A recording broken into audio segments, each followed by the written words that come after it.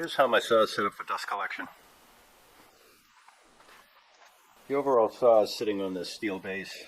I inherited the saw that way. And I built this box to go around the motor. The box hangs out to the left because as the arbor tips, the motor swings up this way, so there has to be more room in this area of the rear canister for the motor to move. The shims actually help to extend the table, which works out quite well. On the underside, I just have a box coming out the bottom of the saw, hooked up to my dust collector. And that hose goes in the input port, and this end, of course, is hooked up to the vacuum. I plugged up the front slots of the saw. This is magnetic material, but it doesn't stick very well to the stainless steel veneer, so I have rare earth magnets holding them in place. And up in those other areas, I tried to plug up those holes. Up here you can see here's some insulation that I stuffed between the top of the table and the top of the cabinet.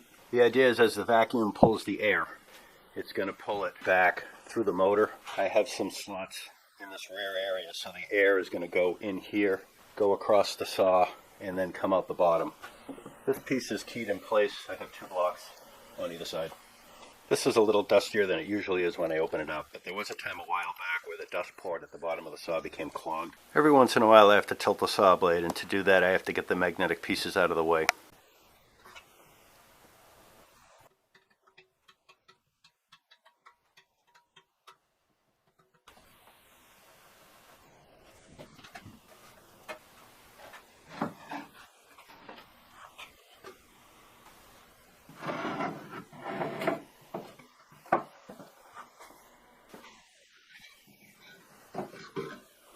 This piece has gotten beat up over the years. The weather stripping has pretty much been scoured away, but it helps seal this area between the tray and the saw. Here's a wooden plate that I put on the back of the saw so that my box would have something to back up against. And then there's this rail back here that again supports the back table.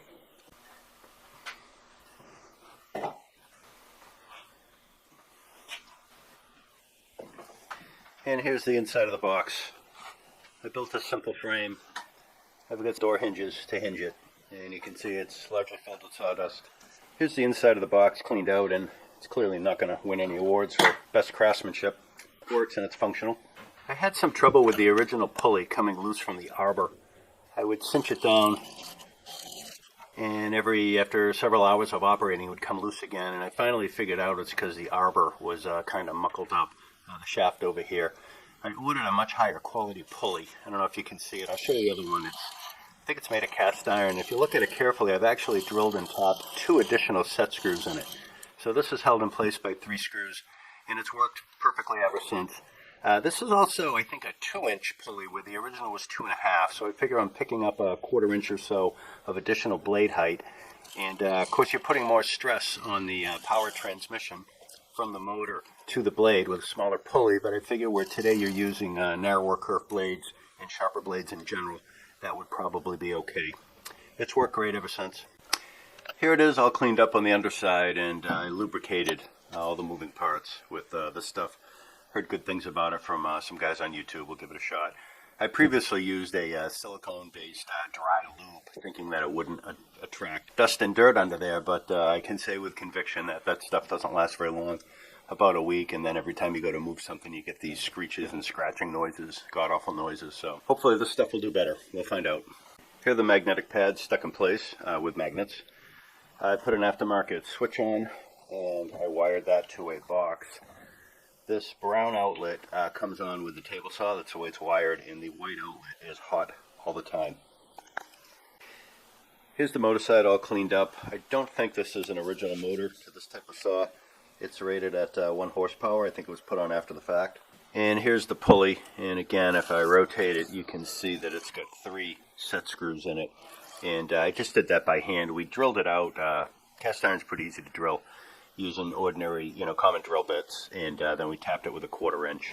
And I didn't do anything fancy, but I kind of guessed at 120 degrees, good enough. This pulley always worked well. Here's an example of the original pulley that came on the saw when I had it, and this side I never really had any problems with, but up on the arbor, that one was always slipping.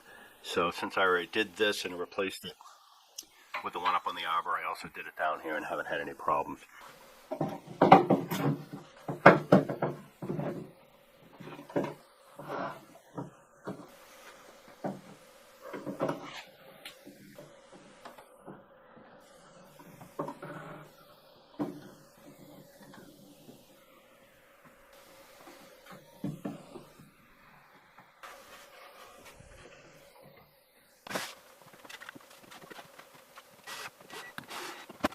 I got the idea for doing it this way from a woodworking magazine many years ago. I couldn't even tell you what magazine it was, but I thought it was clever how they completely enclosed the motor to be part of the dust collection system and drew air across it to help keep the motor kind of cool.